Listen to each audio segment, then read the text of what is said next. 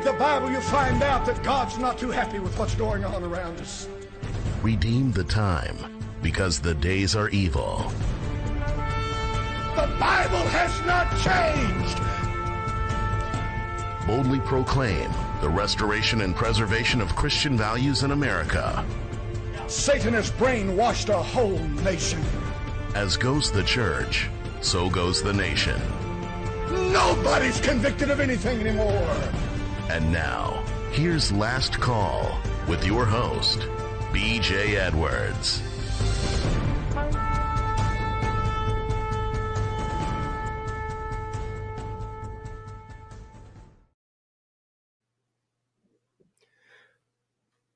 I tell you what, Mr. Anderson, is there anything going around? You know of anything that's going around? Just had these terrific headaches, raspy throat. I'm going to take a lozenge here. Raspy throat, tired all the time. Is there anything you know of that's going around? I can't explain it. Hey, welcome to Last Call. Election fatigue. Yes. Every Saturday morning, hopefully we'll welcome our me crowd. I'm on there, and hopefully they'll take care of the Facebook issue that we had. Phew, boy. The unmasking of the 2020 presidential election. We were trying to exhale last week, but now we're holding our breath once again, right? Before the election, it was a one-sided argument, and now it looks to be a one-sided count. So now what? With the help of our callers, 302-202-1110, 302-202-1110, and then 745-353. With the help of our callers, we're going to speculate as to what side history will take in this monumental transfer of power. And folks, this is a transfer of power. It's going one way or the other, and sparks will fly. Guaranteed. I think they are flying. They're setting fire here and there. You can catch us on YouTube. Be sure to subscribe, please. As long as we're there. I don't know how long that's going to last. Listen on the internet or just listen by phone. That number is 605-475-0010. Again, the talk line's 302-202-1110 and caller code 745-353. Christian Talk Radio with a sting. I always like to start off with a quote. This one's close to my heart. Criticism may not be agreeable, but it is necessary. It fulfills the same function as pain in the human body. Interesting analogy. It calls attention to an unhealthy state of things. Winston Churchill. I was awakened this morning with what I think is a word from the Lord, and the word is liar. And as usual, I'm stupid enough to ask the question, what? Liar. Folks, we're all struggling right now because of the lies that are flooding this nation. We're submerged in them. We're drowning in them. Well-intended yet foolish citizens did not vote for one candidate, but against another, based upon lies and innuendos, 24/7 for 4 years. If we find out that this election was close, which I don't think it was, but if we find out this election is close, I'm not surprised. It's a one-sided argument. There are people, millions of them, that voted out of hate. Hate born out of lies, and more lies, and even more lies. Think about the situation that we're in. Started with Russia. Pick a subject. Incredible. During this presidential election, socialists, leftists, God-hating, truth-hating, sharp-toothed liars controlled not only the election, but the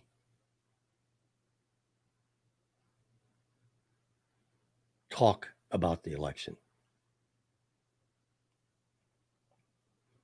A lying narrative that continually told us to hate a man who dared to stand up to the father of lies. There's a price to be paid. Think about Washington, D.C., and what we have there.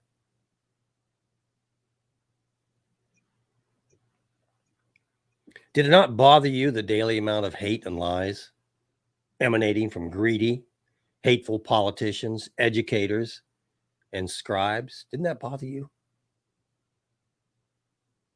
Does it still bother you? 4 years of hate, of lies, sleight of hand, accusation. And here's the amazing thing, this nation's still standing. Think about that. I wonder if that might tell us something, by the way. Maybe that's what today's prophets see that we don't see. They tell us that Donald Trump's going to be the president. Hard to believe, isn't it? Yet the nation's still standing, right?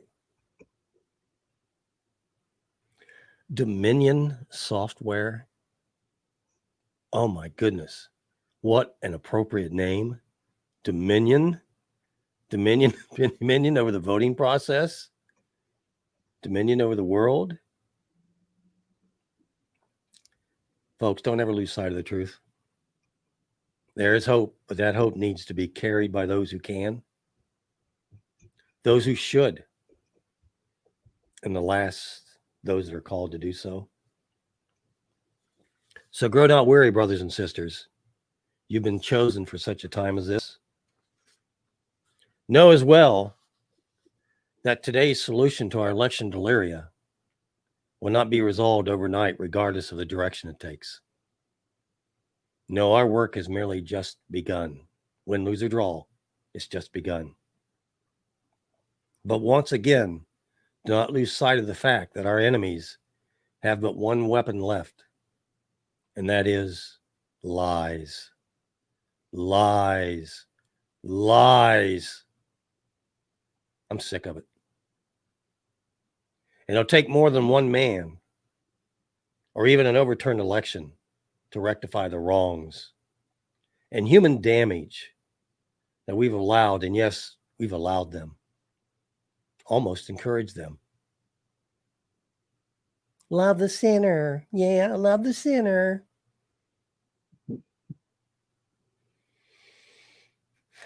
As ye sow, so shall ye reap. That's just one of them their natural laws BJ likes to talk about all the time. Amen. In the garden, our adversary started with a question. Today, that question is, did not Joe Biden win the election? Fair and square? Now, what say ye, E's of the world? And more importantly, what say ye, atoms of the world, the leaders? Did Eve make you do it? And brothers and sisters, we don't have to look that far to see what's going on. Amen. Whoever says, I know him, but doesn't keep his commandments is a liar, and the truth is not in him. Christians, leftist Christians, when the Spirit of the truth comes, he will guide you into all truth. You're all listening today and in the fray because the truth is in you. It's in all of us. God, I so hate lies. I'm so sick of hearing them. Fingernails on a chalkboard. You can't watch your communication systems. You can't even listen to the radio. It's horrible. It's absolutely horrible. It's up to us to stop the lies. This is Do Radio for you new listeners. I'm not here to entertain you. I'm here to motivate you and give you good reason and cause to do something. What happens if Joe Biden wins the election? Or it's given to him, or however you want to look at that? What happens if Joe Biden becomes the next president of the United States? Or Kamala Harris? After rigging the election for Biden, Facebook officials now being rewarded with positions? This is from Natural News. Joe Biden's transition team is gaining a number of former high-level Facebook executives, which makes sense considering these are the same folks that helped Biden win by censoring unsavory news about him on social media. I resent being controlled. I resent my neighbors being controlled. I resent my neighbors thinking that a mask is going to protect them. That the governor of my state knows best what to do for my family as versus me. That he knows best what to do for businesses and churches. There's the challenge. Am I making friends this morning, Mr. Anderson? Maybe a couple. Maybe a couple. I'm sorry. I'm annoyed. I'm annoyed at being lied to. And knowing it and not being able to do anything about it. That's a terrible crime against one another. And why do, why are they hiding? If they have nothing to hide, why are they hiding things?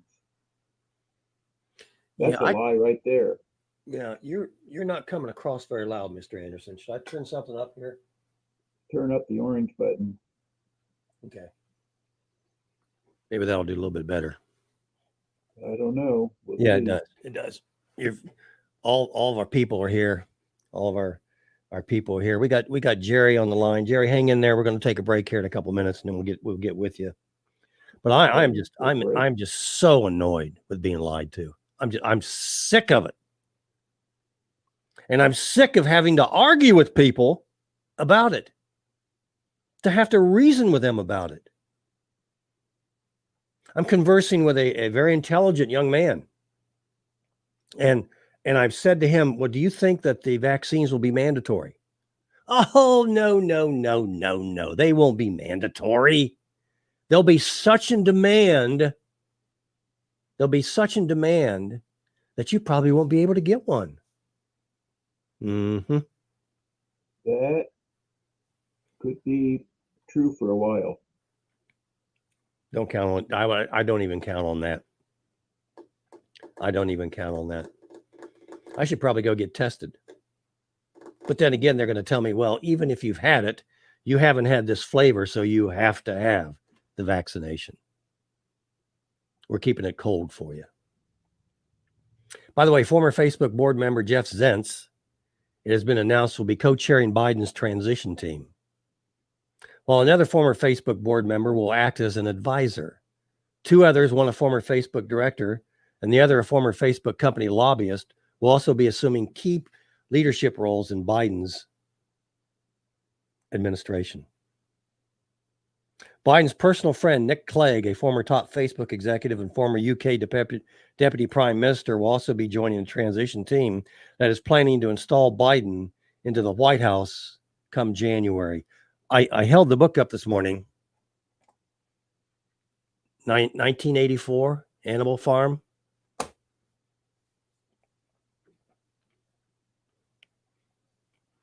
We're going to get a rear end kicking is what we're going to get. We need to get in there and fight, folks. We need to get in there and fight.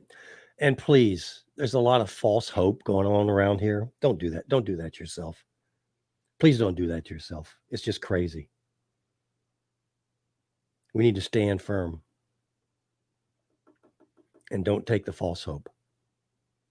Hey, when we come back, we're going to be talking to Jerry. This is BJ Edwards along Mr. Anderson. Your last call. I mean, I've been doing this for 40 years, and this is really extraordinary. But as extraordinary as it is, what we don't want people to do is to say, oh, we have a vaccine now, so we're done. We're not done. We still need to implement public health measures in a very intense way.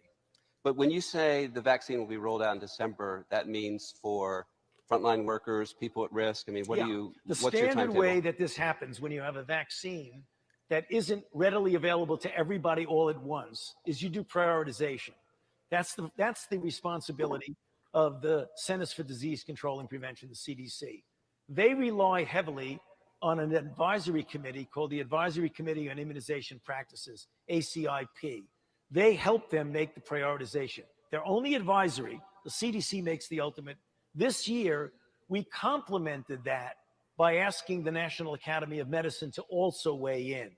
Now, I'm not going to get ahead of them in their decision, but likely it will be frontline workers like healthcare workers who are taking care of individuals, people who have underlying conditions that make them susceptible to a severe outcome were they to get infected, people in nursing homes, for example, people with underlying conditions, then children in school, adults, teachers in school, fundamental people who are responsible for making society run in an orderly way.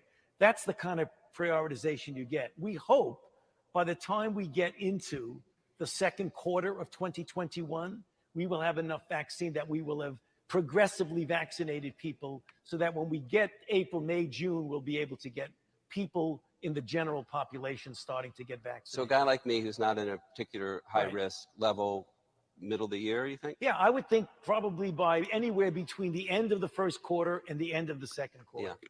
So And we are back. That was Dr. Anthony Fauci giving you a prognosis. Is he telling us the truth? Yeah. Yep. Trump set to announce COVID hoax and much more election intelligence. For those of you who are still asleep to both the 2020 pandemic hoax and election fraud, you're about to awake from your sleep with a huge jolt of reality. Thousands of traitors, including governors, premiers, mayors, health officials, media owners, reporters, and news anchors will be walking from this nightmare into a jail cell with their number on it. Not a name, just a number, and maybe 2 meals a day.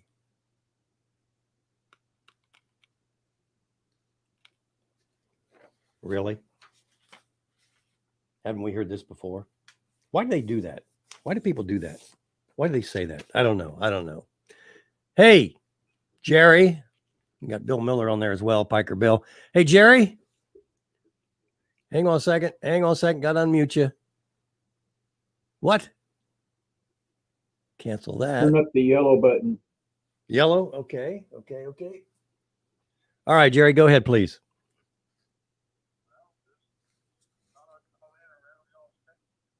I can't pick him up, Mr. Anderson. I don't know. We're trying. Hang in there. I don't know why. You might have to work between the orange and the yellow sliders on the soundboard. Yeah. Hang on a second. I've got the orange. Is the red one up? The main one? Green one? No, the one far right. Yeah, it's up. It's up. I don't know why we can't hear him. Jerry, let's try that again. Is your plug on your phone good? Yeah, I've been Fooling with that? Yeah. Yeah, it's not that going. Hang on a second. Maybe I got the wrong plug. There's two plugs there. That one and that one. I think I had the wrong plug. I bet that's a lot better, Jerry. Yeah, Okay. you there? Why were you hiding? Are you there? Well, yeah, I'm here. Yeah. Why were you hiding? I'm not hiding, man. I'm in broad daylight down All in right. South America looking at land. Are you? No, I don't blame you. I don't blame you, brother. no, but I ought to be. Yeah. Ought to be. Welcome to Last No. Call, brother. Jerry from Texas. Thank you, man. I hadn't talked to you guys in a while. Thought I'd call and rattle y'all's cage a little bit. What? Now that Yeah, you have been hiding. this glorious election is over with, I say that dodging lightning over here. So it's I cannot believe that with everything that's happened over the last few years, with the amount of support that this president has, that they actually expect us to believe that Joe Biden won this thing by the margin that he has, even ever so slight margin, but still, it's hard for me to fathom that Groping Joe and Kamala Toe have walked away with this thing the way they have.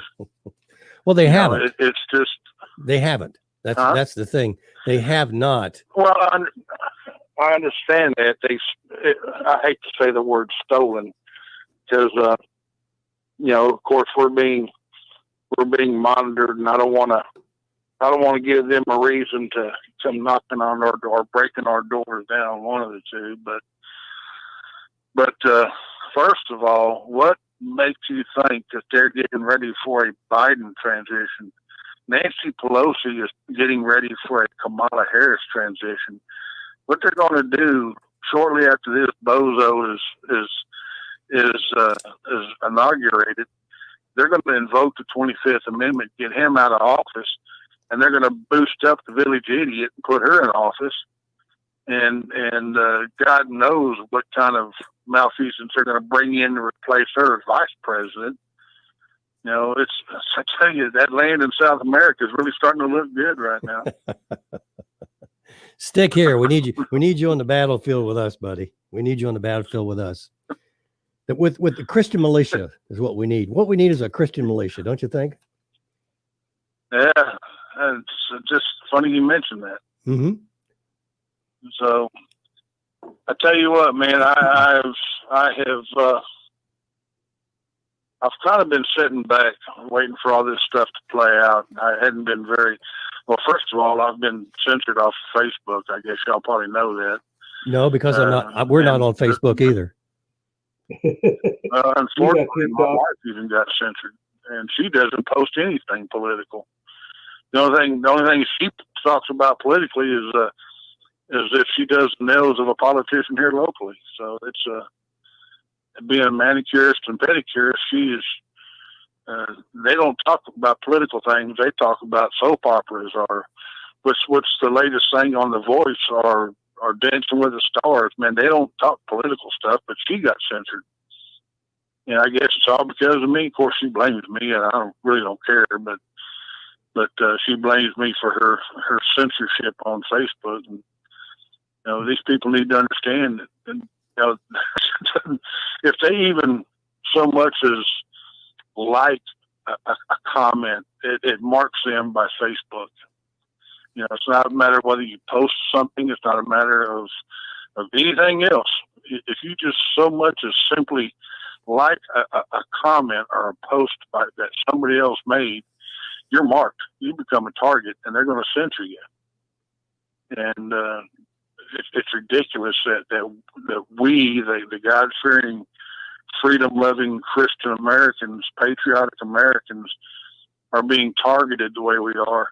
And what makes it so sickening, Jim, is the fact that not a single person is doing a damn thing about it. They're not standing up the way they should. Of course, they're speaking out. Hell, I've been speaking. You've been speaking out. I've been speaking out for, probably since we learned how to talk. And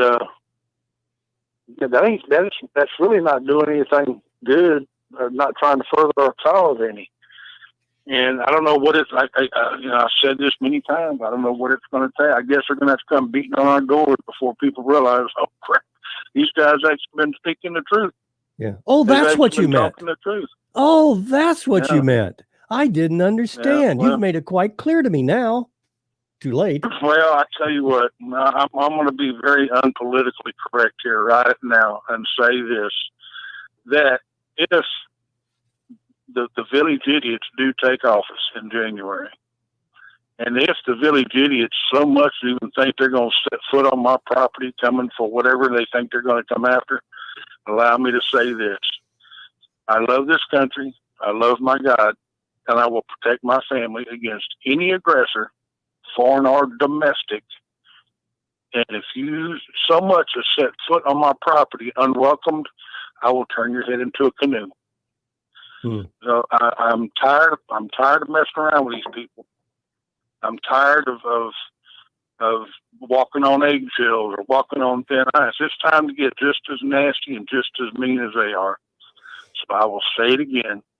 Come knocking on my door, expect retaliation in the form of violence, because I'm not going to put up with it. And there's many, many more like me.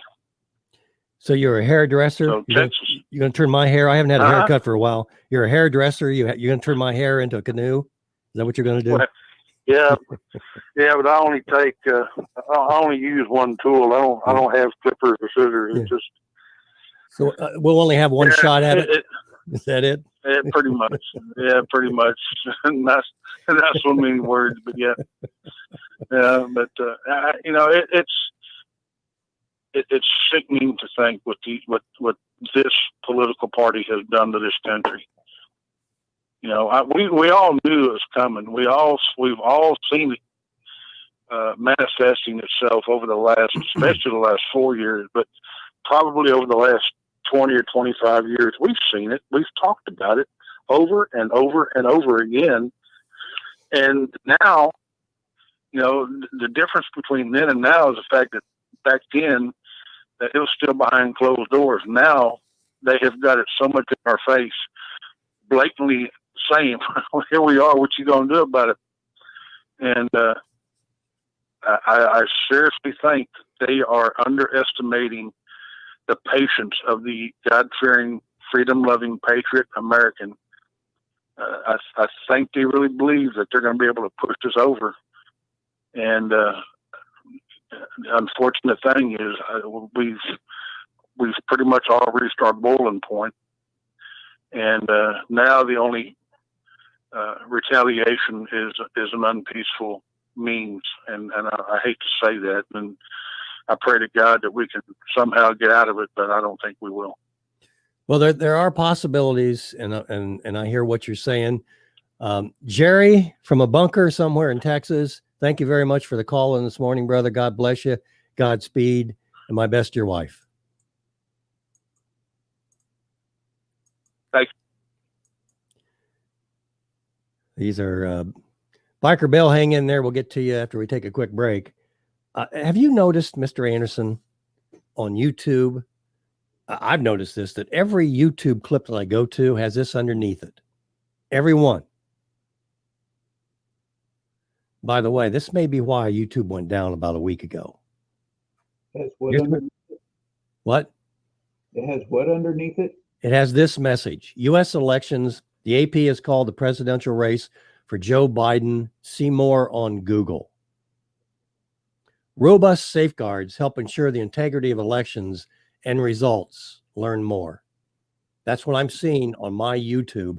Every time I go in to get a YouTube bingo, right at the bottom, you see this. Yeah, I'm seeing it now on the computer screen where I'm monitoring YouTube. Right. If you tell a lie long enough, and it probably is on our program this morning. If you tell a lie long enough and loud enough, you're being brainwashed. Folks, you're being brainwashed. You are. You got to fight it. That. Remember last week I showed those memes that I took screenshots of Facebook where they're putting that message under every in the comment section on Facebook pages Right. relentlessly. They're still Yep. doing that. They have to. That should tell you something. That should motivate you. That should tell you something. Speaking of lies, that's a lie because he can't be called president-elect because nobody's been called the winner. Absolutely. Amen. Hey, when we come back from break, we're going to bring Biker Bill on, and from Michigan, of all places. Wonder if the Count is up there with him. Wonder if he's watching with the Count. B.J. Edwards along with Mr. Anderson. This is your last call. Keeping you informed. This is Last Call with B.J. Edwards.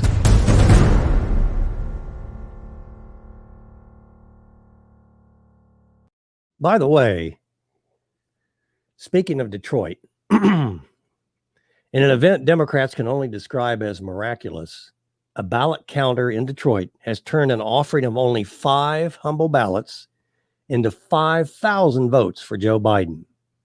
Poll workers and Biden voters are celebrating a miracle which could put Biden over the top in their state.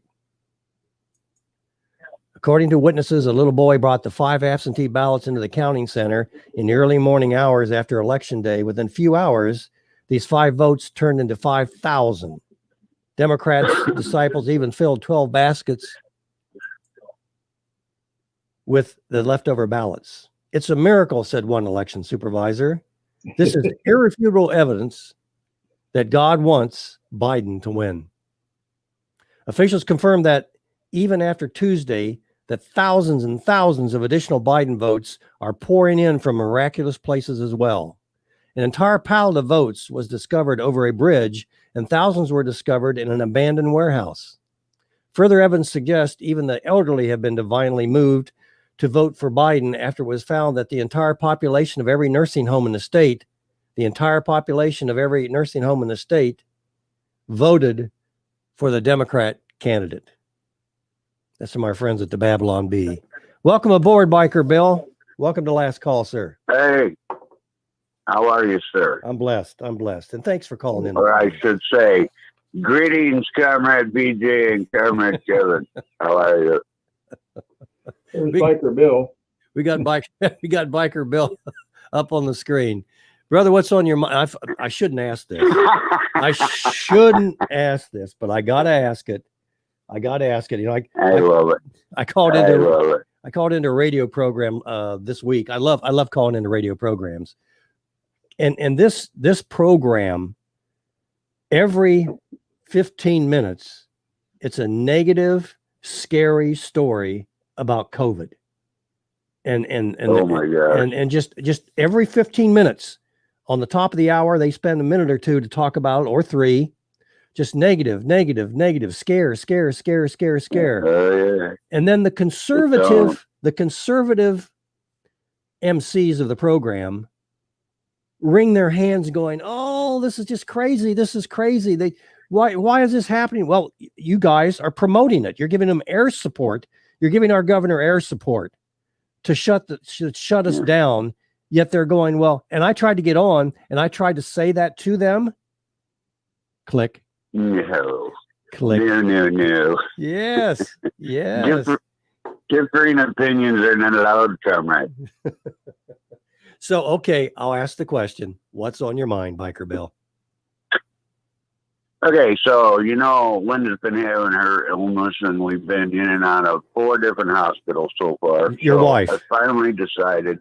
Huh? Your wife, Linda. Go ahead. Yeah. So I finally decided I'm going to cut to the chase. U of M Medical University is like renowned for its wondrous powers of detection and diagnosis. So anyway, I said, we're going to U of M and get this straightened out, because apparently the hospitals around here can't handle it. U of M is in Ann Arbor, Michigan, the liberal utopia of Michigan, and the shining star of the liberal utopia. So you can't go in. So basically, my sister went with me so I'd have somebody to talk to, because I knew I'd have to sit out there for 14 hours, and I did. have to sit out there for 14 hours. But we dropped her off at emergency. Then we went and parked in the neighborhood.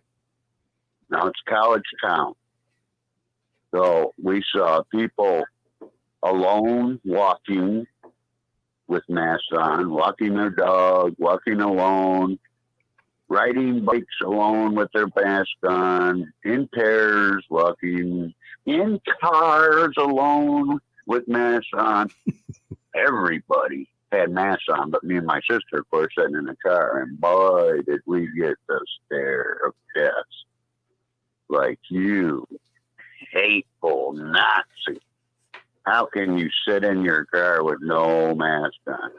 But nobody said anything. My sister freaked out at one point because these guys, they flew by us, just missed my car, and they pulled over, door popped open, didn't even shut the door, and these three guys piled out. They were well in front of our car, probably 4 car lengths away, but they stood there staring at us. Now, all dressed in black. My sister's freaking out. She's saying, this might be Black Lives. They might be, might be having a gathering or something. We need to get out of here. I ain't going nowhere. And I've got a lead-filled, well, I probably shouldn't say that. Anyway, I got a real police baton in my car. And she said, you can't even open a Pepsi bottle. Your grip strength is not there. They'll take it away from you and beat you to death. I said, well, they'll have to do that. But they were harmless. I don't know if they got out, smoked a cigarette or what. They hung out there for quite a while. They never did bother us. But I was just going to tell you about, I think the dogs had masks on in Ann Arbor. It was bizarre. It was really strange to just see. I don't believe, and pretty sure I'm not mistaken, I don't believe I saw one person without a mask. Yep. It's pretty complete, It was William. just strange. It's pretty complete. And it's going to get better. And for those that don't think the vaccination is going to be mandatory, good luck. Good luck. We sat there for 14 hours waiting for her while she was in an emergency in a neighborhood. So we got to observe quite a bit, and we just saw countless people with masks on. Countless. Bill, everybody had a mask. What you probably there was a lot of activity, a lot of walking around, a lot of people out and about. Bill, what you probably should have done when those 3 gentlemen approached you is got out of the car real quick, hold your hand out like this to them and say, hold on just a second. I think I'm going to sneeze. Hang on just a second. I think I'm going to sneeze. And then watch them all hit the ground. Yeah, I wasn't going to do anything to provoke them because I would have sure run them people over if they'd even come toward my car. Wow. I was in a $5,000 5,000-pound vehicle weapon. Yeah. No way. I'm not getting beat to death like Reginald Denny. Reginald Denny is my poster child for this thing. No way. So in terms of the hospital situation itself, this was recently, was this last week or the week before that this happened? With your wife? 2 days ago. 2 days ago? Okay. What is the process now for getting to the hospital for non-COVID related issues? Are they being a little more stringent in terms of, well, wait a minute. I don't even get out of the car. They wouldn't even let me get out of the car. They just take Linda back and you can't go park somewhere. And it's like 14 hours minimum while they did it honestly, they did like 3 or 4 tests. Basically set someone. This is now the 4th hospital we had her in, and this does have a world reputation. It's supposed to be a really good hospital, and maybe it was at one time, but they were the worst of the bunch. They basically sent her home constipated. Yeah, you heard me right. That's what's causing all the pain. They gave her an enema. I don't think she would appreciate me telling that over there, but yeah. that was their solution. You know what? You know what? And in terms of politicians, I think we've just resolved the issue in terms of how to handle politicians now. Thank you. We'll send them to an Ann Arbor hospital. Let them wait 14 hours and then give them an enema. They'll probably need 2. I'm at the end of my rope. I came home and searched my platforms, everything. I've got Roku, so I got like a bunch of different platforms to watch TV on. And I searched until I found John Q, and I watched that movie. And I thought, I guess it's going to come to that. I don't know if you know what John Q is, but that was a Denzel Washington movie where he takes a gun into the hospital and gets help for his kid. Mm-hmm. It's just going to get Bill. It's going to get interesting because we've allowed it to get interesting. But if and across the hall from her, where she was at, now she was in a room with the door shut, but it kept, it was opening and closing and this and that and the other. But across the hall from her, there was a COVID patient, so they didn't even have them segregated. They had all their green gown from head to toe, their spacesuits on, and going in and out of that room. And she's right across the hall from a COVID patient. That made me mad. I almost told her, just get out of there. I'll come pick you up. Wonderful. Although they may have had an ingrown toenail. Who knows? The COVID patients nowadays. So. You're bad, boy. You're bad. Bill, we appreciate you. You keep listening. Biker Bill from Michigan, and good. I'm sorry. Good luck to you. That's my parents dragged me here as a child. That's okay. I was in the Smoky Mountains, where I wish I was right now. We're going to work this out, William. We're going to work this out. God bless you. Thanks for calling in this morning, and keep us in touch in terms of what's happening up there in Michigan. DJ Edwards Long, Mr. Anderson. Did you have a video, Mr. Anderson, that you were going to play? Well, I have a lot of them. Okay. I thought you had one. What topic you want to hit? I'm going to go to headlines here directly. Because I love to do headlines. Tell us an awful lot about ourselves. It's just incredible what's happening to people. You can't, if you take somebody to the hospital, you won't be able to see that individual. You won't be able to go in there with them to be their aid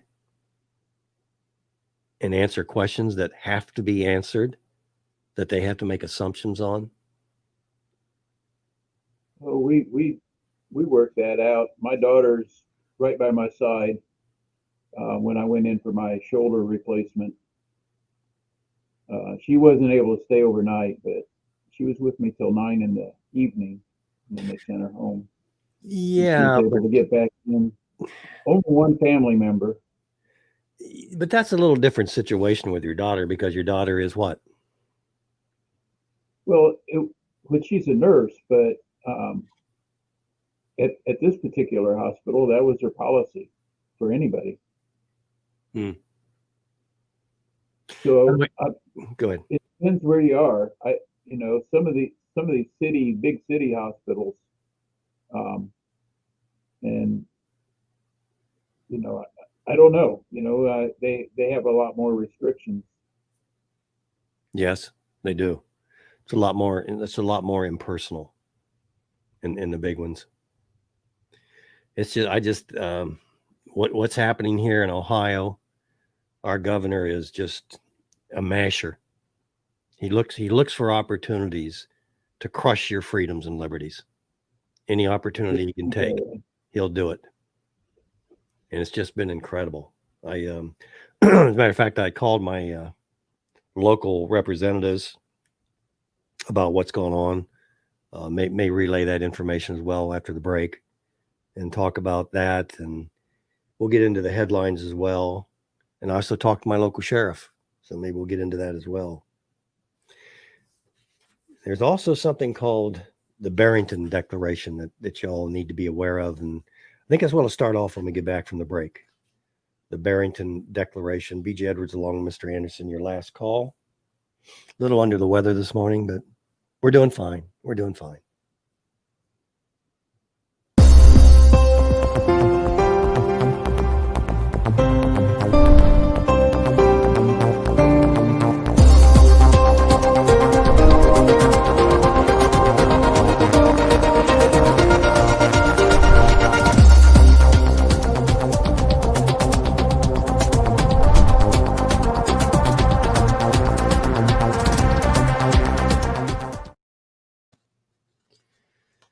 And we are back, and we're back with the headlines. I'll get into the Barrington in just a moment. Hang in there. I love this from the New York Times. Thanksgiving is a myth. What? Thanksgiving is a myth. New York Times. Pennsylvania tells residents to wear masks in own home on Thanksgiving. 1001, 1000. I didn't hear anybody screaming. Washington Post calls for end to electoral college. Well, we're going to hear that. We're going to hear that. As we get close, as we get warm, as we starting to dismantle Dominion. How can you have a software program that is designed to change the outcome, that has all kinds of doors, back door, front door, side door, skylights? And open windows. Right. Sidney Powell, Dominion was designed to change elections. Breaking, massive vote error in DeKalb County, Georgia revealed. Massive influx of Biden votes in Georgia statistically proves a stolen election. Top lawyer tweets article suggesting Philadelphia mob boss ready to expose election fraud in exchange for criminal record expungement. You know, Trump attorney Sidney Powell, and I believe she is a special lady, declares the Kraken was released. Remember that? Huh? It scares me when we start talking about things like that. But Sidney Powell declared that the Kraken was released 2 days ago. And as a result, things are starting to emerge. Whistleblowers from the Dominion software company are going on record admitting the entire system was engineered from start to finish to steal elections in the USA and around the world. That's what it was designed for in Argentina. Military air flights exploded yesterday, filling the skies with military planes, including at least one flight to Gitmo. Speculation is that traitors are in the process of being arrested and interrogated mid-flight airborne renditions to provide evidence of their complicity in vote rigging and international fraud. Is the hammer about to be dropped? Is Joe Biden going to prison instead of the White House? For sure. For sure. Joe Biden is not going to prison. He's in line right behind Bill and Hillary Clinton, if there is a line. Now, Kyle Rittenhouse, yeah, he's in jail for defending himself. But politicians, not going to happen, folks. Not going to happen. At least now. We have to build that law foundation, which just is not there. We live in an unjust nation, folks. We don't know the difference between right and wrong. Parents, churches, that's your job.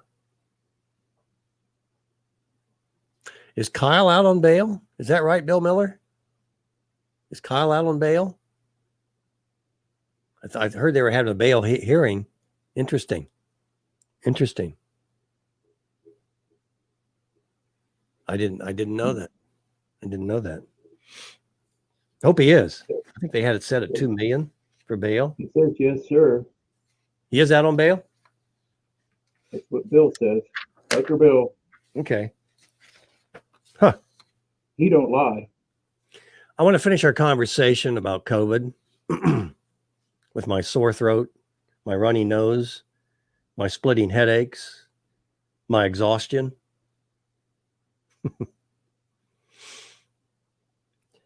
The Barrington Declaration, we got this from our friends at Camp Constitution. Thanks, Stephen and folks. As infectious disease epidemiologists, that's easy for me to say, and public health scientists, we have grave concerns about the damaging physical and mental health impacts of the prevailing COVID-19 policies and recommend an approach we call focused protection. Coming from both the left and the right and around the world, we have devoted our careers to protecting people. Current lockdown policies are producing devastating effects on short and long-term public health. The results, to name a few, include lower childhood vaccination rates. I'll leave that alone. Worsening cardiovascular disease outcomes. That makes sense, like out getting exercise. Fewer I love to go. I love to go to Costco and to other stores because it's a huge warehouse, and I can sometimes I'll just walk around it a couple times before I start shopping. I can't do that anymore, especially with a mask on. Gags me. Worsening cardiovascular disease outcomes. Fewer cancer screenings and deteriorating mental health, leading to greater excess mortality in years to come, with the working class and younger members of society carrying the heaviest burden. Keeping these measures in place until vaccine is available will cause irreparable damage, with the underprivileged disproportionately harmed. We now know that vulnerability to death from the COVID-19 is more than 1,000-fold higher in the old and infirm than the young. For children, COVID-19 is less dangerous than many other harms, including influenza. As immunity builds in the population, the risk of infection to all, including the vulnerable, falls. We know that all populations will eventually reach herd immunity, i.e., the point at which the rate of infection is stable, and that this vaccine can be assisted by, but is not dependent upon, timing. Our goal should therefore be to minimize mortality and social harm until we reach herd immunity.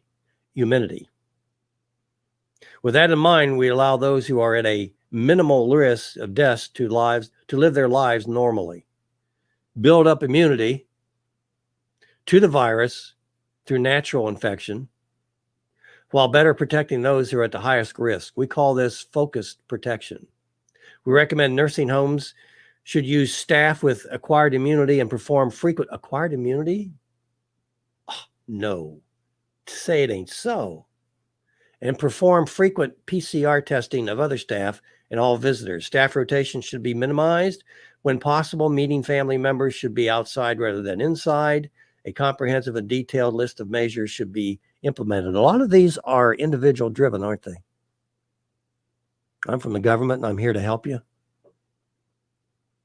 You're not capable of taking care of your own health, making health decisions for yourself and for your family. You should be insulted by what's happening out here, but you're not. You socially shame folks like myself and others who don't wear a mask. Point your finger at them and let government dictators rule over your life. Feed you information that you have no idea whether it's true or false, but scare you to death. Depend on them. Those who are not vulnerable should immediately be allowed to resume life as normal.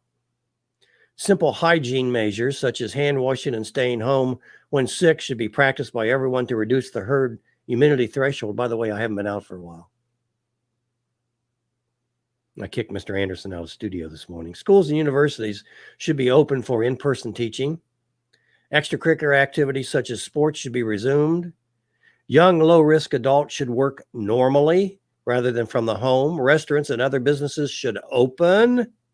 Arts, music, sports, and other cultural activities should resume. You know, you can manipulate figures, folks. We have the fox guarding the hen house. I know here in Ohio, they're controlling the figures.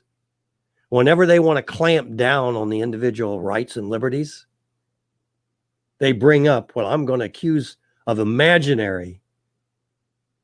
They even use the term supposed cases. They use the term supposed, presumed cases. I could be one of those.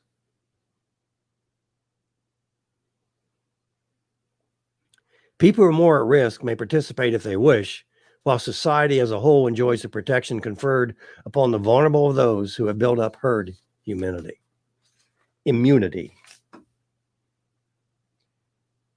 October 4th, 2020, this declaration was authored and signed in Great Barrington, Massachusetts, the United States, by Dr. Martin Kulldorff, professor of medicine at Harvard University, biostatistician, epidemiologist with expertise in detecting and monitoring infectious disease. Dr. Sunitra Gupta, professor of Oxford University, an epidemiologist, expertise in immunology. Dr. Jay Bhattacharya, professor of Stanford University. I don't know whether that's how you pronounce the name or not, but it sounds right, right? Professor at Stanford University Medical School, a physician, epidemiologist, health economist, public health policy expert, focusing on infectious disease and vulnerable populations. I wish we could get people to be honest. You remember like the trip you were I made? saying, we need that. Go ahead. We need that debate, between Yes. frontline doctors and other people. I mean, we only have one voice right now that we're hearing. I can't get the debate going. Cannot get the debate going. We do encourage you to engage the culture. 302-202-1110. Start by calling us. Participate. Do a body in motion tends to stay in motion. That's what we're trying to get you to do, to start the motion, start the movement. You're going to make mistakes.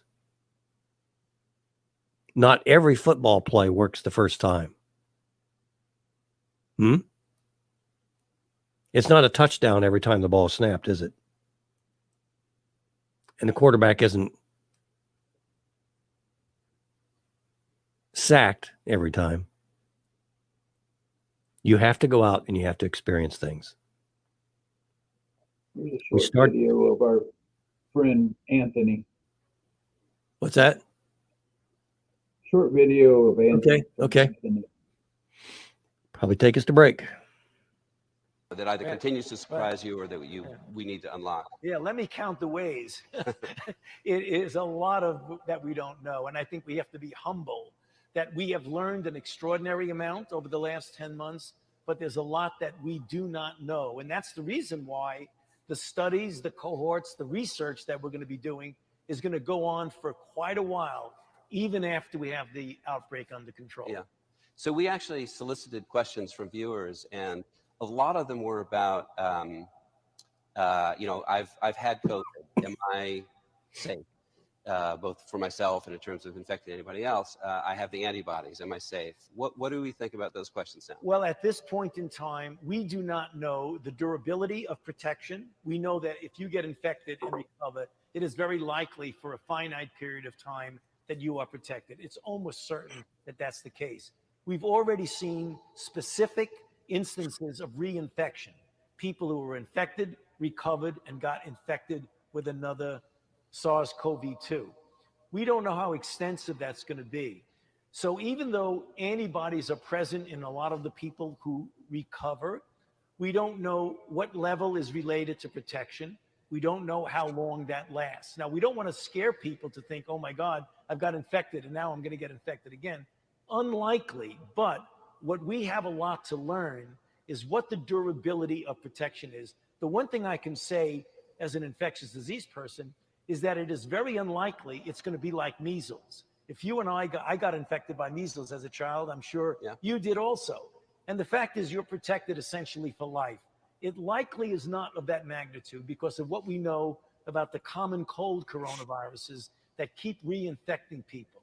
We feel it's likely measured in several months to a year or more, but it doesn't look like it's going to be 20, 30 years, which means that people need to get vaccinated even if they've been infected before. That makes money that way. I'm sorry. That makes sense that way. I'm sorry. I didn't mean to say money. That makes sense, doesn't it? I was right the first time. That makes money, doesn't it? Well, and they said in that part, which struck me as, well, we don't really know very much. And I'm still wondering, how can they make a vaccine about something they don't know much about? Yeah. I get that. Well, it looks like we're going to have to take a break here shortly. When we come back, we're going to talk about some of the things that I've been doing.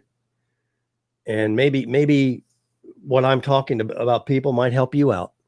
Might encourage, at least I hope it'll encourage you. I really do. Quick break. B. Jedwards along with Mr. Anderson, your last call. Stay tuned for hour number 2. Keeping you informed. This is Last Call with BJ Edwards.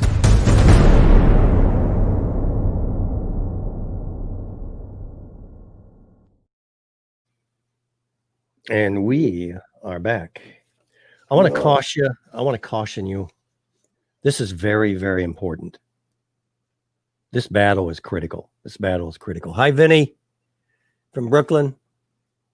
Don, God bless you, brother. Keep plugging away, man. Keep plugging away. Yesterday, I got this email, and it concerned me. And I love the people that I got it from. I support them. But this really concerned me yesterday. News out of Georgia indicates, this is the email, that President Trump has not gained enough votes in the state's recount to overtake Joe Biden.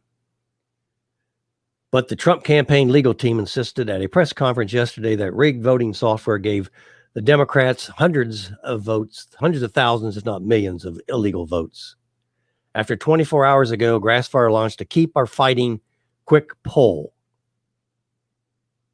But as of this morning, we haven't received your vote.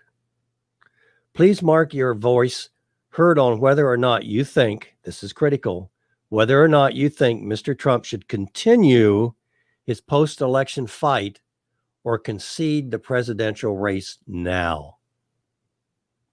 This is a team member, folks. I love them. But asking that question is insane.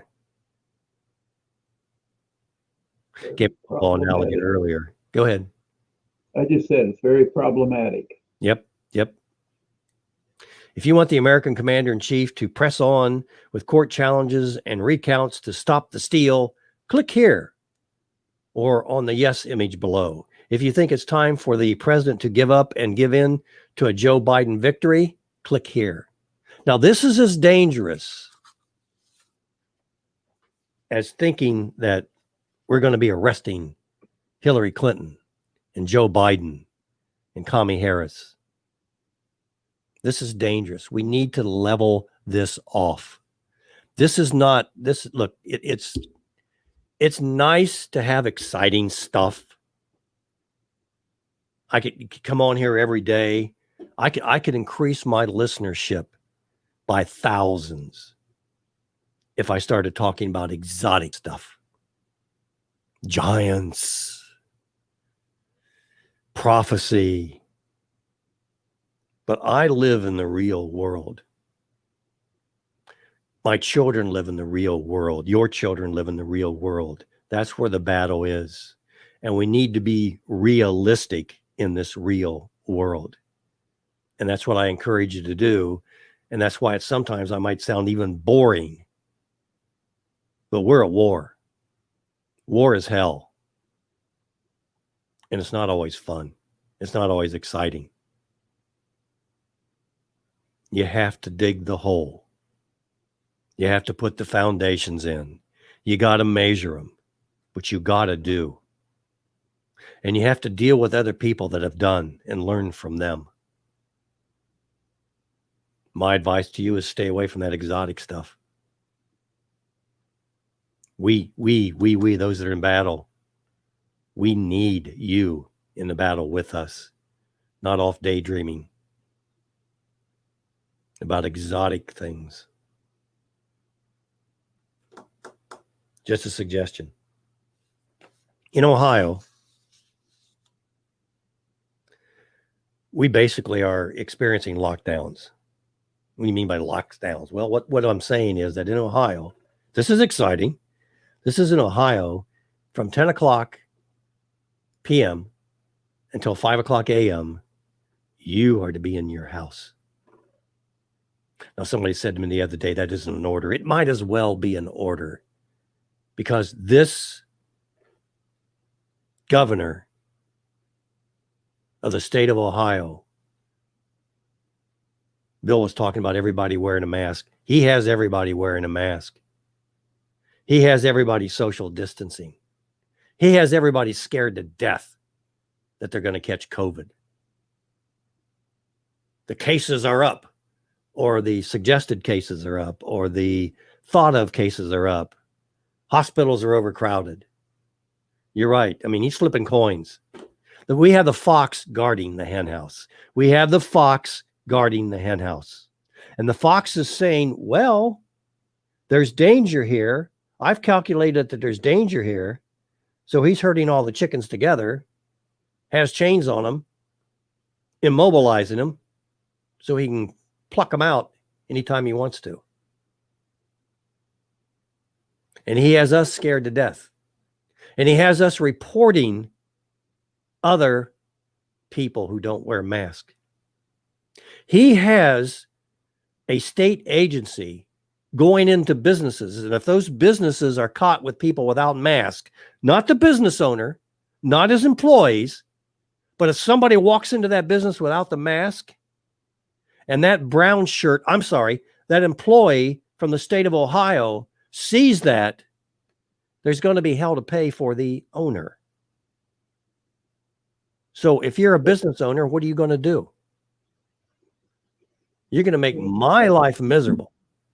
And Mr. Anderson, let people in the door. What's that? He's not going to let people in the door. But right. Even worse, you're going to feel guilty putting him in a bad position. Exactly. So we're nice people. We don't want him to get in trouble. So this is cynical. Put the mask on so the store owner won't get in trouble with the brown shirters. And these are brown shirts. And yeah, and love your neighbor is tell on your neighbor. They're twisting the Bible backwards. They're taking the biblical principles and turning them upside down. I've had neighbors say to me, go ahead, Mr. Anderson, go ahead. Well, love your neighbor. Well, I love my neighbor so much that next time they go to the store, I'm going to follow them around and make sure they buy healthy food. I don't want to see any junk food in their cart. I'm going to protect them, and I'm going to make sure they buy good, wholesome food, and watch over their shoulder to make sure that they take their vitamins every morning. Because I love my neighbor. I want to watch over them and protect them. Big Brother. Hello, 1984. Animal Farm. The rope. The rope basically says that you report that you're in prison, and you are so accustomed to the prison that any change is threatening to you. And when somebody says to you, look, I've managed to get a rope, I've thrown it over the wall, we can both climb out and get out tonight. You know what happens here? Instead of that individual freeing themselves, they go to the warden and said, hey, warden, listen, I got to tell you something. BJ over there, he's got a rope. And tonight, he's going to try to steal out of here. Just wanted to let you know. That's what happens. Here's a short clip from New York Sheriff. I think you'll enjoy it. Feasts are typically a time when Americans get together and they overeat. Here in Fulton County, Sheriff Rich Giardino says he wants to make sure Governor Cuomo doesn't overreach. We're not the face mask police. We're not the turkey police. What Sheriff Giardino is trying to say is that even though the governor may think he has carte blanche over establishing statewide COVID policy, local law enforcement has every right to take a laissez-faire approach when it comes to enforcing it. Constitutionally, I believe that he does not have the authority to mandate how many people you can have in your own residence. But the governor sees private party guest limits as a necessary tool to combat the spread of coronavirus, right up there with limiting the hours of operation for bars, restaurants, and fitness centers. You can make rules. The rules are only as good as the enforcement. I have no personal problem with the governor. It just so happens Giordino went to law school with Cuomo and says he personally admires the governor's career path. What he does have a problem with, however, is sending his deputies into a private home, COVID or not, to take a head count. I can't imagine anyone I know in law enforcement that would do that. Sheriff Giordino acknowledges coronavirus is no joke and it needs to be taken seriously. He says he also has confidence that people will do the right thing. In Fulton County, Dan Levy, News Channel 13.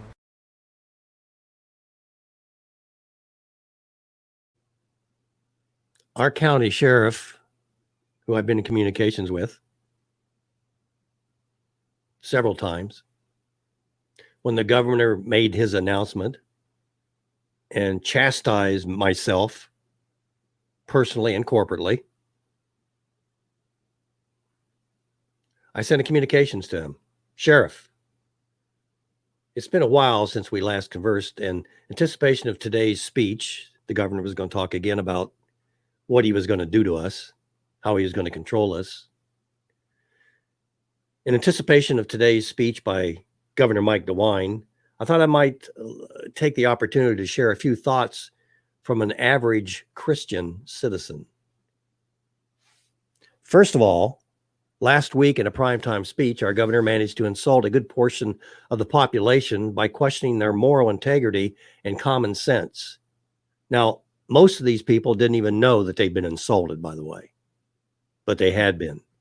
It seems that without government integrity and common sense, and without government intervention, the general population is incapable of taking care of their own health, and willingly, or even worse yet, want to put others' lives at risk.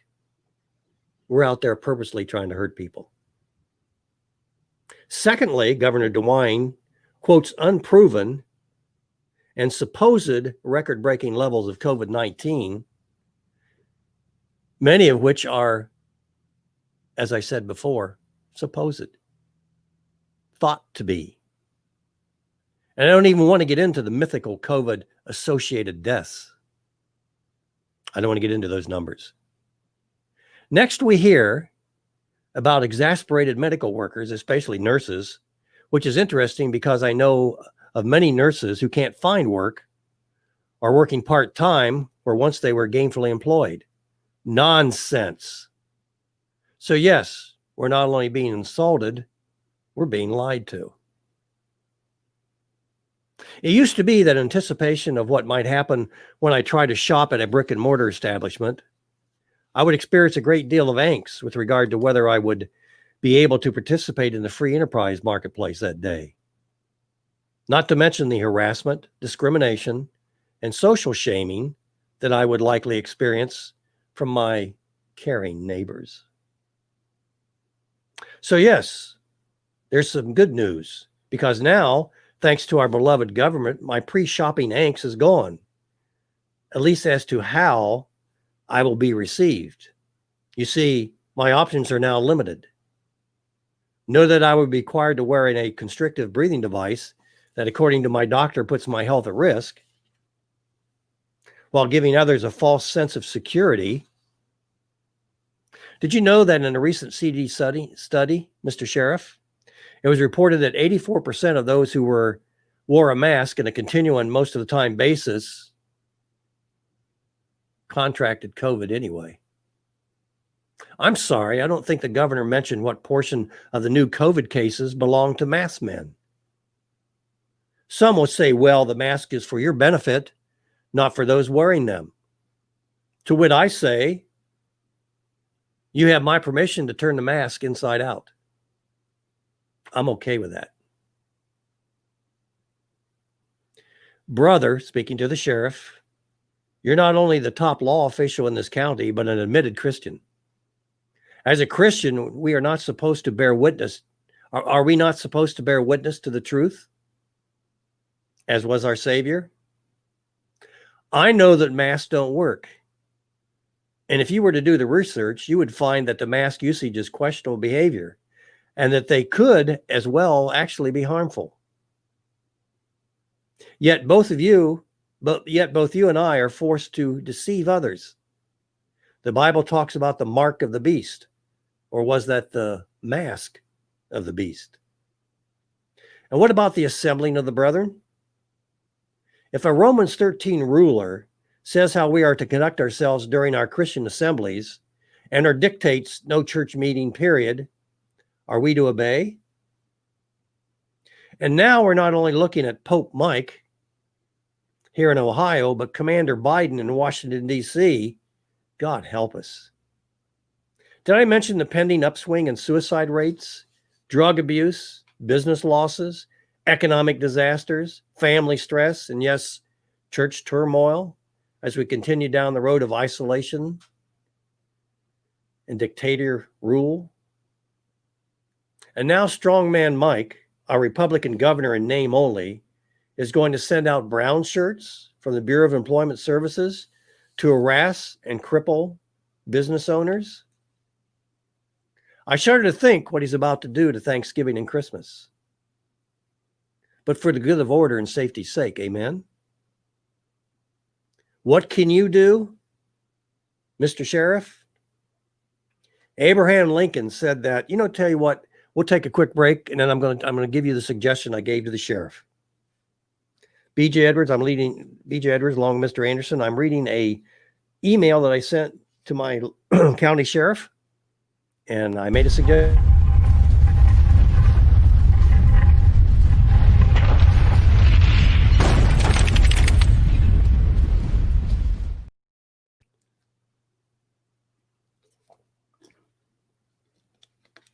I have a gift. I can PO anyone. And it is a gift.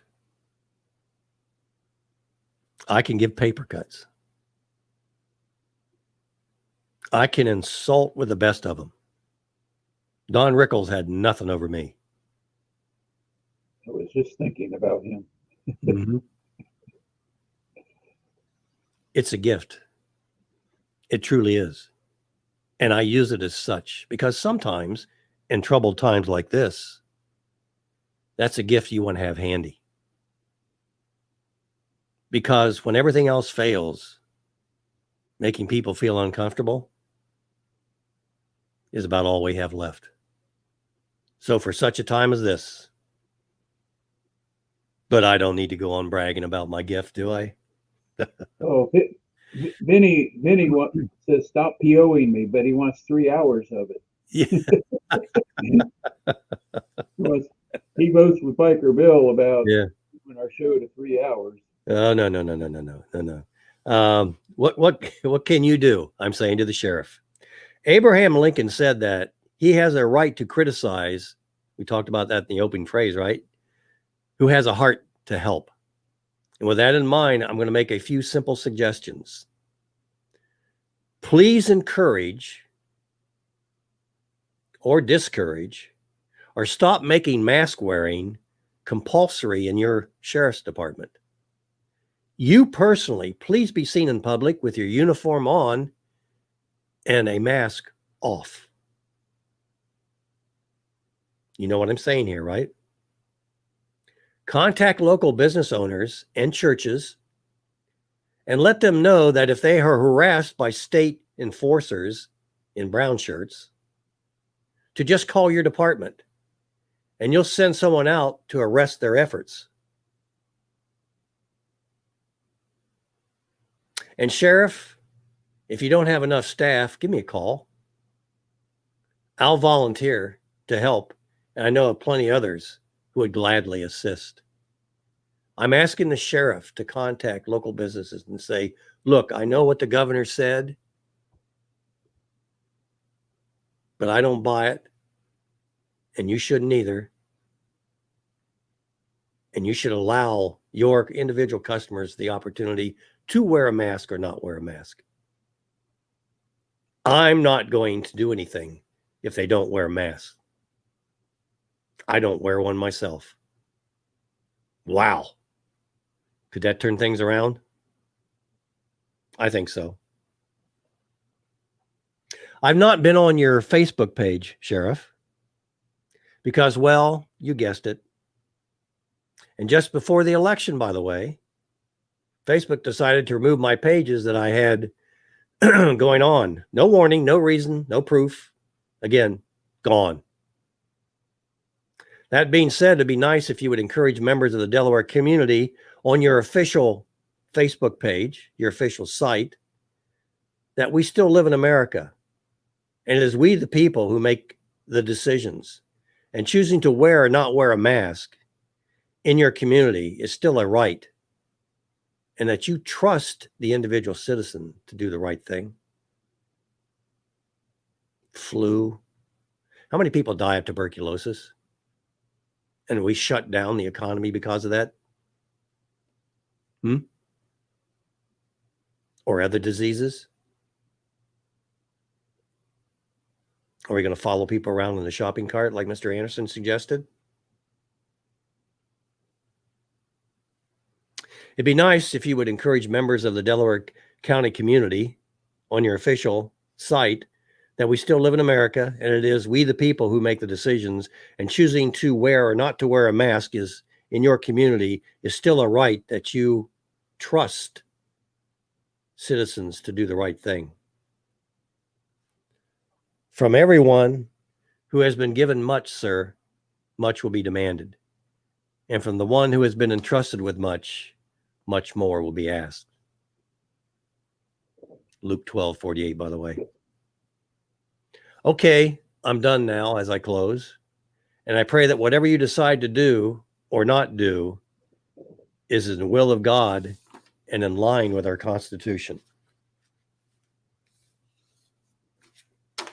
302-202-1110.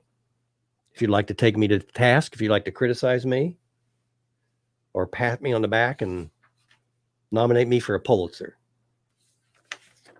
I'm being facetious. It's a gift. I shouldn't take advantage of it that way, right? You're being ornery. Yeah. Well, it is a gift. It is a gift. I have criticism is one of my favorite subjects because I was brought up in an environment where behind every rainbow there's a cloud. That's what I was taught. And it almost drove me to crazy. And I promised myself before I could criticize, I had to make solutions. And I'm offering a solution. If the sheriff, and sheriff is the highest authority, legal authority, if that individual stands up and speaks up, I understand he's elected. I understand he has to do it in a different manner, but it needs to be done. I have the right to feel comfortable when I go out if I don't have a mask on. For God's sakes, what's wrong with that? People have been sick for centuries. This is a political ploy, and it's worked to perfection. It has to stop now, and it won't stop unless you stop it. Lying won't stop unless you stop it. And I'm talking about people that know the truth, that are expected to know the truth, and then have the courage to demand it. That's what our Savior did. That's why he ended up on the cross.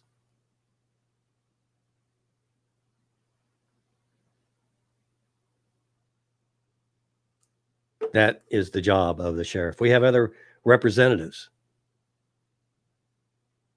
I talked to my Ohio reps today, or last week, and I talked to my federal reps. I'm sorry. You don't talk to them. You get to speak into an answering service. That's crazy. But it can't just be me, no matter how good or how bad I do it. Can I criticize? No third hour. No, you can't, Bill. No, you cannot. I'll tell you what, Bill. When we start getting sponsors for the third hour, then we'll consider it. How's that, huh? How's that? I couldn't do one today anyway. I'm this cold or whatever I have is just wearing me down.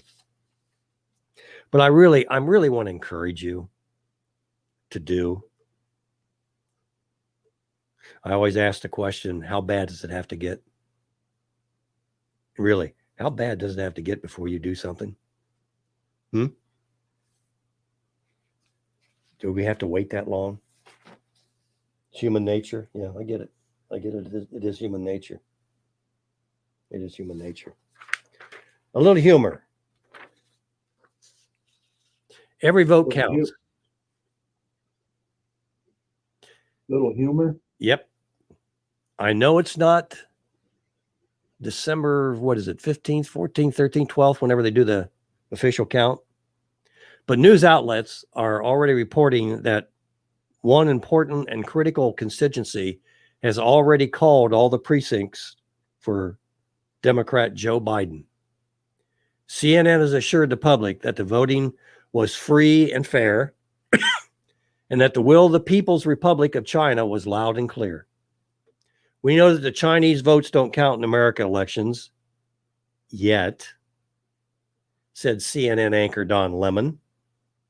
It's a great name for Don. But that needs to change. Chinese people are people too. Yeah, that's right. Our oppressive system of government shuts out the voices of billions of innocent Chinese people every year. Think about that. We do. We do. Don't give them health care either. The official position of the Trump regime is this: Chinese lives don't matter. The voice of Beijing is loud and clear tonight, said Lemon, his eyes filling with tears. Will we ignore their cry? It's time to hold true to our principles and award China 789 electoral votes for Joe Biden. Now, several Democrat-led states are suing to allow Chinese votes to be counted because of the words like love, equality, democracy. These cases are expected to make it to the Supreme Court, where on an ACB vote, it will be critical. Supporters of Chinese votes have also taken up the cause by putting up "No Chinese humans are illegal" and "Chinese Lives Matter" signs in their yards. I have neighbors who have Black Lives Matter signs in their yard. Do you know there's an assumptive there? Somebody has to be doing some discrimination. And it has to be on such a scale that somebody would bother to put that sign in their front yard. Who's doing all the discriminating? I don't know of any.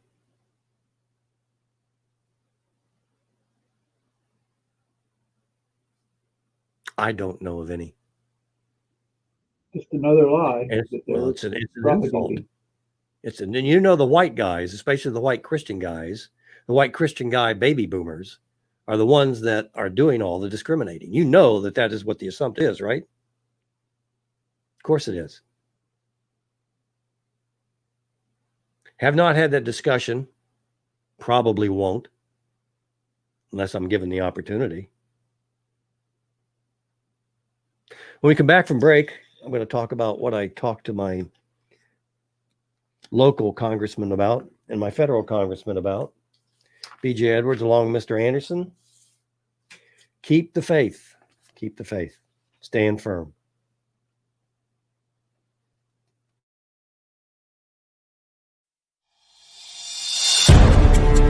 Last Call with B.J. Edwards. Real talk about real life.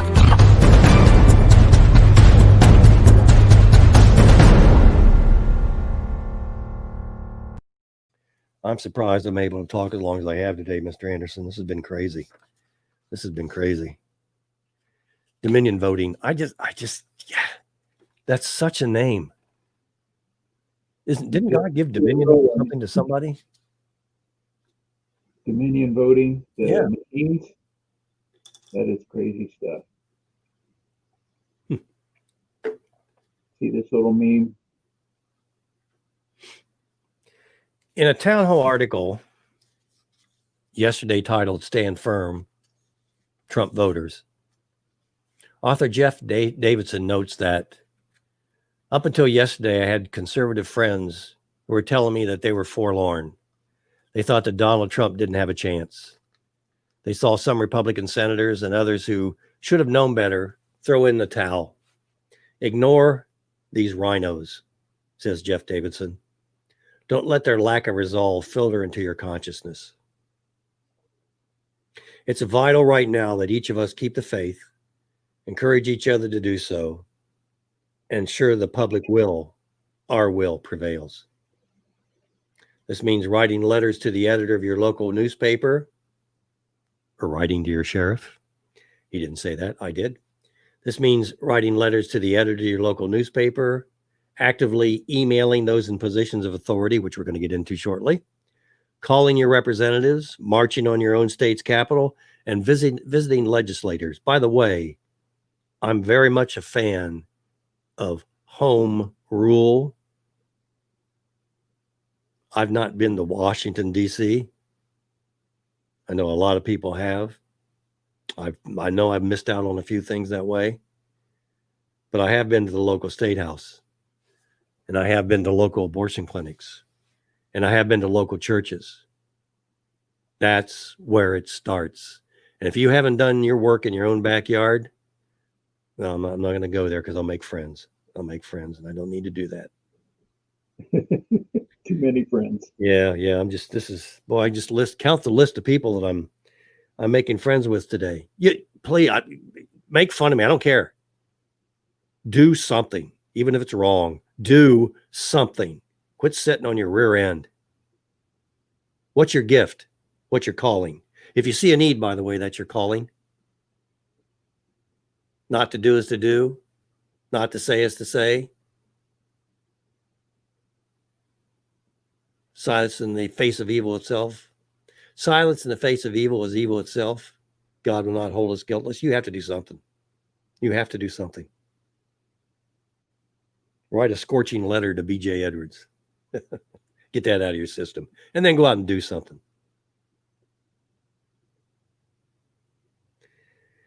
Calling your representatives, marching on your own state's capital, visiting legislators. And I recommend you don't do that alone.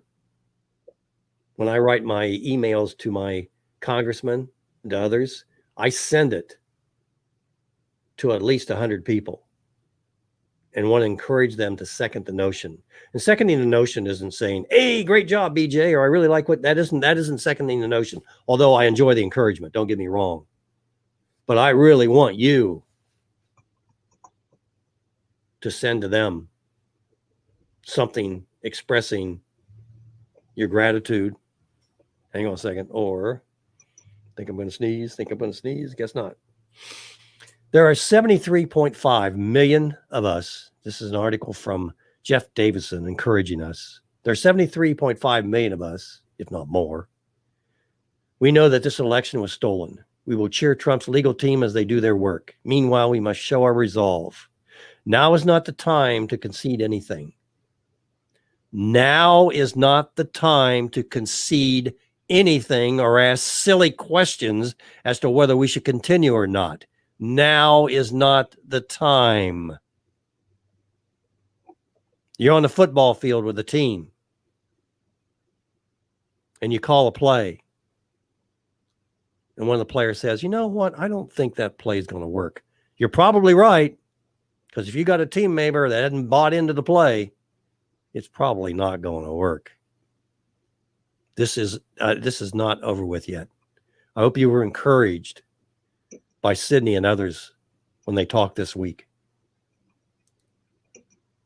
I called the law offices as well, right? Yeah, Sydney Powell's. Encourage them. It's what I do. It's what I can do. It's what I know how to do. I was an executive recruiter for decades. I know how to talk to people.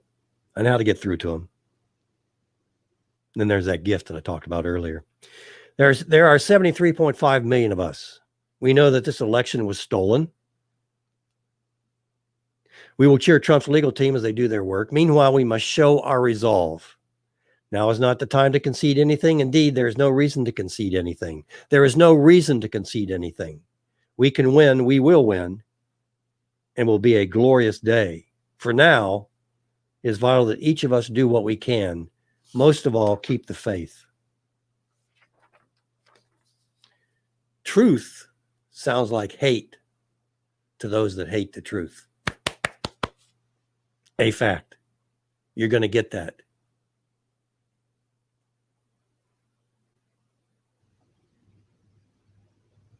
What's going on in the chat room? I was trying to read that, Mr. Andrew. Sorry. Yeah, we have issues with the phone. I got a message from Craig saying that it's not letting people in, and I just called it and it says it's not a working number. I don't know Really? what's going on there. Okay, hang on a second. What I'm going to do here is close this out.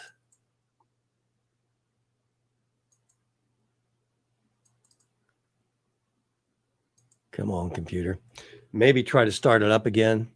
I know we've been having issues with that and I don't know what's going on. Well, they're working against us. It's well, yeah, yeah. That's so sad, though, to have to go through all this BS. Log in. Let's see if it's still there. Let's log in. Come on, computer. Anyway, I called about these lockdowns in Ohio. I called my local reps and left a message. It says an error has occurred. Please try again. I didn't know Facebook owned them. In response to our governors putting all Ohio residents on lockdown, I called my state representatives and senators. I'll try this one more time. I'll disconnect this and start that over again.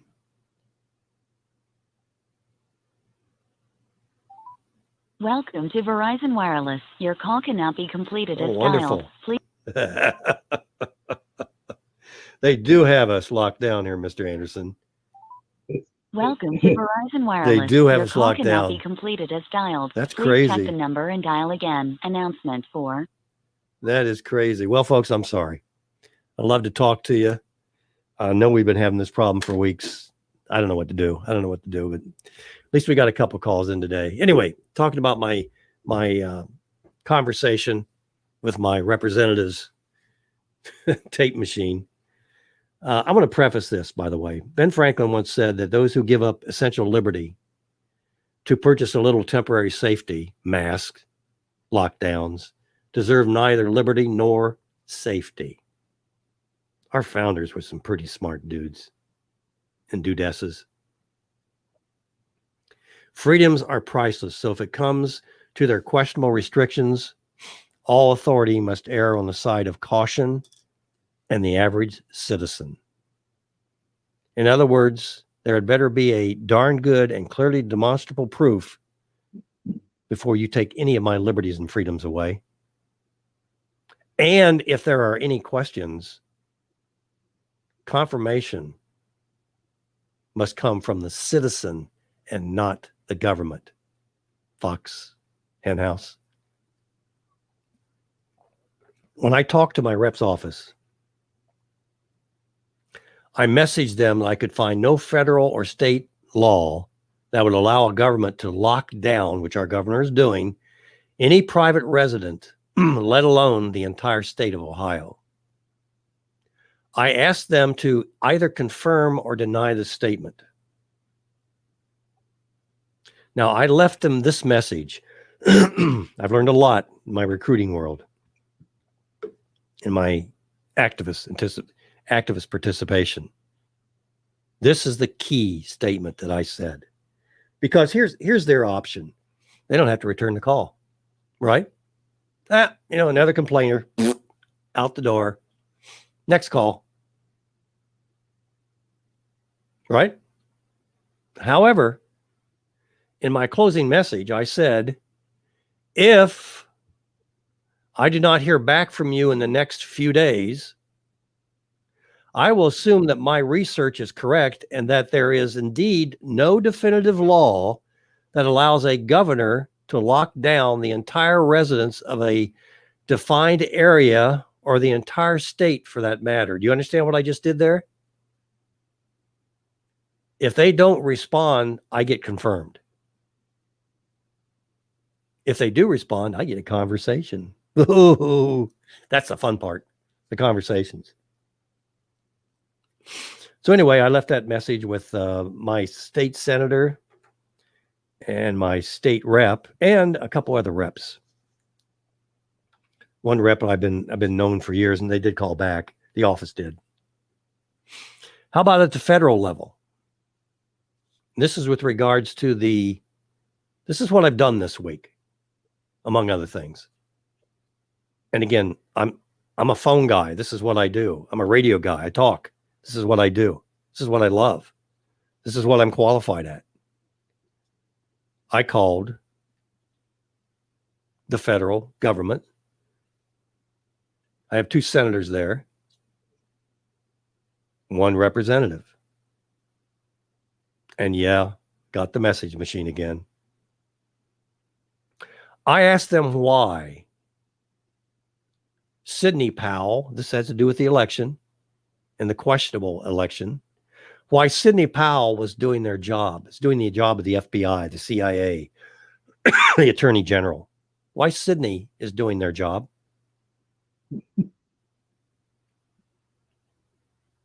When it comes to the election, which for all intent and purposes appears to have been tampered with. From birth, and especially during our public school, let me tell you something that's true. You are asked questions, and you are a trained question answerer. I don't know whether you know that or not, but you are. When somebody asks you a question, you are compelled to answer it. Now, politicians do deprogramming, so they're an exception to the rule. But the average citizen, once you're asked a question, oh, I have to answer that. I got to answer that. I've got to say something. I'm telling you, come on. When you're asked a question, isn't that your response? I'm asking the question now. When you're asked a question, don't you respond? You're nodding your head out there. Yes, you do. Yes, you do. Yes, you do. Yes, you do. So asking questions, by the way, it is biblical. Isn't that what Jesus did?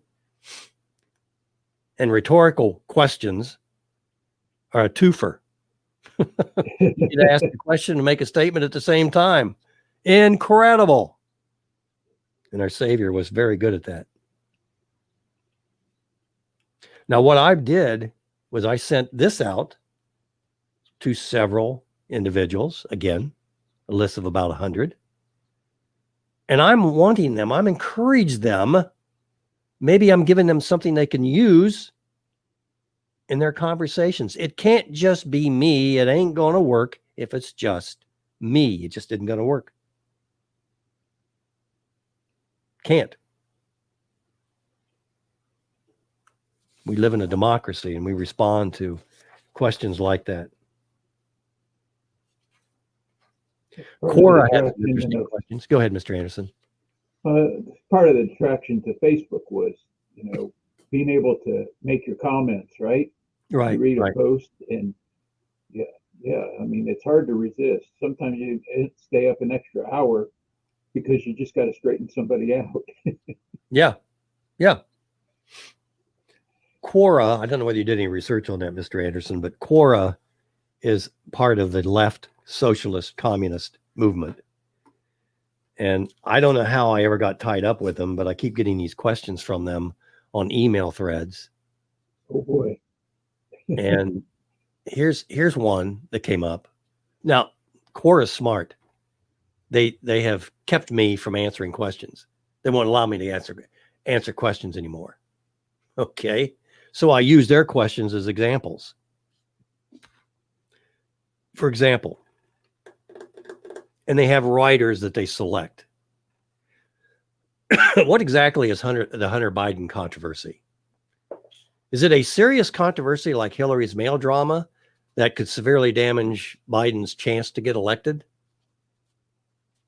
The answer from, I won't mention his name, but he lists himself as a recovering lawyer, building academic, amateur historian, political neophyte, pretender economist, rabid scuba diver. That'll come in handy with COVID. Long-suffering sports fan and full-time dad. Doctoral candidate in law, University of Oxford. The basic allegation is that Hunter Biden was involved in various corrupt shenanigans in Ukraine and also smoked crack. The allegations themselves don't appear to have much traction. Well, yeah, nobody's covering them. So you're not going to find an appearance of traction. Their veracity looks pretty sketchy, even in the most casual observer, and that's all the news media is a casual observer, if at that. And even if they did, it isn't really clear that they are likely to eat in the giant lead that Joe Biden has at the polls. Boy, this is so loaded with assumptives that you and the public, this is going to probably millions, if not hundreds of thousands of individuals. Jury tampering with common sense, with the American public, with the American voter. Jury tampering.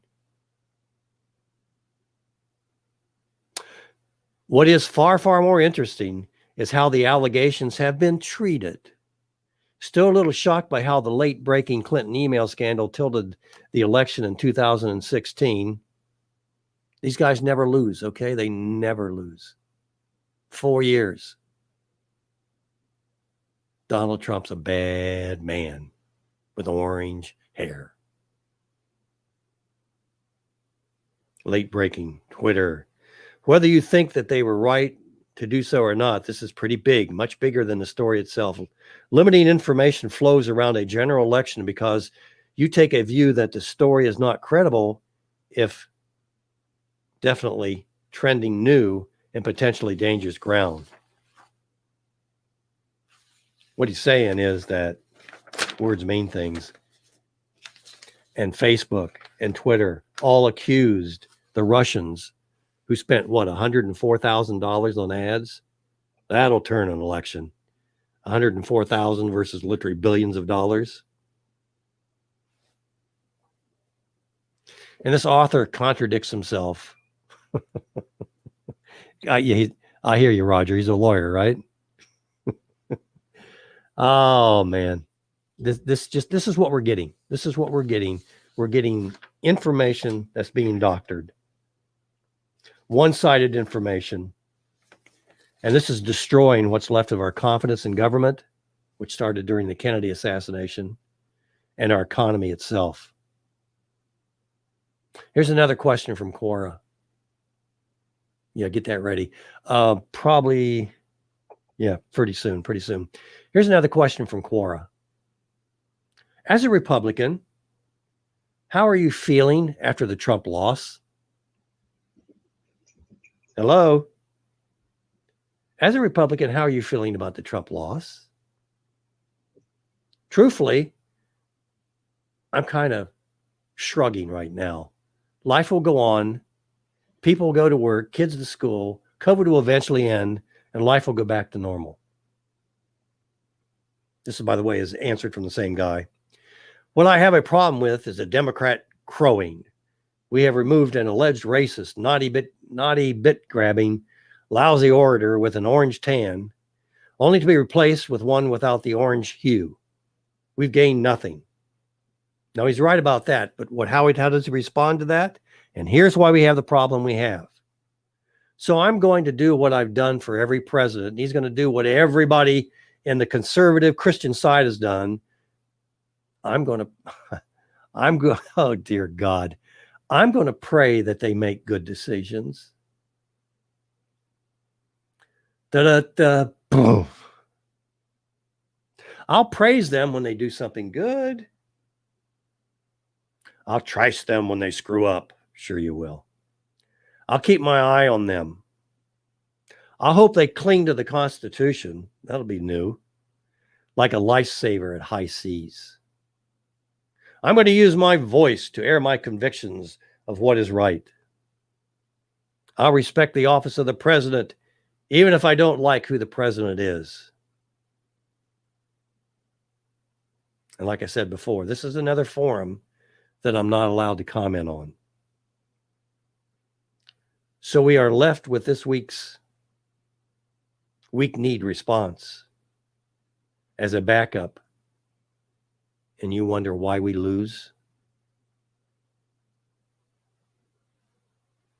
I want you to take heart. I do want you to be encouraged. I believe that we are going to win this. But I also know that more of us are going to have to stand up. And I think the conditions, what God is doing here is incredible. What he's teaching us is incredible. And this is not, the result of this is not going to be black and white. It's just not going to be. God doesn't work that way, or we don't see it. One or the other. I know that in my life, I've prayed God for black and white decisions. And I never get a black and white decision. It's always, I have to, for heaven's sakes, I have to look for it. Should be more obvious, Lord. I don't know why that is. I suppose a teacher could tell me that. But it's just incredible how difficult it is to find that little nugget. But that's what we're going to have to do here. It will not be black and white. We will not have a definitive result on this election or those other things that you've been bothering with. Part of it is because we haven't really deserved it. We haven't earned the right to have that. God set up natural laws. He set up natural laws with us, with our nation, with our world in the beginning. Spiritual laws, natural laws. And when we are in those laws, we're going to be okay. But when we're not, and depending on how far we are out of them, you'll get your black and whites sometimes if you go far enough out. You'll definitely do that. You'll get your black and whites. But you got to go far enough out. I want to play a video for you to end the show today. And it's something that I want you to be encouraged by. I understand the lady that is doing this was homeschooled. I'm not surprised at all. But what she's saying, I want you to be encouraged with, and I want you to fight with this individual. We're talking about righteousness here. And that's what we need to be all about, folks, is righteousness. That's the problem in America. We don't know the difference between right and wrong. We're being offered a challenge and an opportunity to turn this around. And that's what I see this presidential election. There were stages where we had opportunities to participate. Voting was part of it. Allowing mail-in voting to pass by wasn't a good thing for us to do. Eric. Wasn't at all. So what you have heard, I'm sure, in the fake newspapers tomorrow will be one of two things. Either there was not sufficient evidence that we've presented, or we spoke too long. Okay, so what you've heard now is basically an opening statement. This is what you can expect to see when we get to court to actually have a full trial on the merits, to actually show this evidence in court and prove our case. This is not a Law and Order episode where everything is neatly wrapped up in 60 minutes. For those of you who are here in this room or have maybe tuned out in other networks, clearly you've never been court reporters. Trials take time. Putting on evidence takes time. This is basically an opening statement so the American people can understand what the networks have been hiding and what they refuse to cover, because all of your fake news headlines are dancing around the merits of this case and are trying to delegitimize what we are doing here. Let me be very clear that our objective is to make sure to preserve and protect election integrity. President Trump has been saying from day one that this is about maintaining free and fair elections in this country. It is not about overturning an outcome. It is about making sure that election integrity is preserved, and every American should want that. If every American is not on board with that, you have to ask yourself why. And if your fake news network is not covering this or allowing you to cover it fairly and accurately, you should ask yourself why. This is absolutely a legitimate legal basis. We have been asked to provide an entire case that generally would take years in civil litigation. I've been a prosecutor. I have tried cases with far simpler facts. One thing happened in a matter of minutes, and it still takes days. And we go through a jury process. This is the court of public opinion right now. We are not trying our case in the court of public opinion, because if we were, we would get unbiased jurors. I would strike 99% of you from the jury, and I would be allowed to because of the fake news coverage you provide. You are not unbiased jurors. And until you step out of your role as a journalist and actually go into a courtroom and you are a judge on a bench that has sworn an oath to be unbiased in our separation of powers, then your opinion does not matter. The facts matter, the truth matters. And if you are fair reporters, you will cover that fairly and appropriately, and you will allow coverage of our media team here and our legal team. That is absolutely shocking that all you cover are around the margins. And I've seen all of you taking pictures right now, and I can anticipate what your headlines are going to be. If you are not willing to talk about the evidence that has been presented, then that is absolutely unacceptable for journalistic standards. This is an opening statement. This is something where we have told you what the evidence will show, and we have given you a brief description. That happens in a courtroom all the time, where that's not the fact-finding process. That is just an overview. That is what we have given you today, because the American people deserve to know what we have uncovered in the last couple of weeks. Remember, this is such a short time frame, and this is an elite strike force team that is working on behalf of the president and the campaign to make sure that our Constitution is protected. We are a nation of rules, not a nation of rulers. There is not someone that just gets to pick who the next president is outside the will of the American people.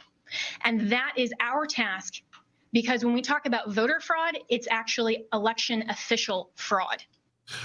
There's timing. Jenna is just incredible. Finding truth around the margins, that's what we have to do. And then we need to package that and present it to our friends, to our family, to our neighbors, sadly, to our politicians. It is up to us. It is we the people. So we have an opportunity here like we haven't had, I don't think, ever in America. We're at a turning point. But I want you to be encouraged by Jenna, by what she said. And be encouraged by those folks that are nibbling away at the unsound foundation that we now have in America. I think it's important to get the right message out there that Trump is not as fixed on overturning the election as he is seeing that our elections are handled properly and constitutionally, and making that correction. And we suspect that this has gone on for maybe decades. Yeah. We don't know, but this can change not just this election, but elections in the future. Wow. Hey, don't know about Parler yet. Working with MeWe, and Parler is probably our next project. Sorry about those folks that tried to get in today. We'll work on that. We'll see what we can do. Y'all have a great weekend. Of the problems we see in America today, this is a reminder. We believe that America is in trouble because the family is broken, and it naturally follows that as goes the family, so goes the nation. God bless all of you. Thanks for listening in, and thanks for calling in.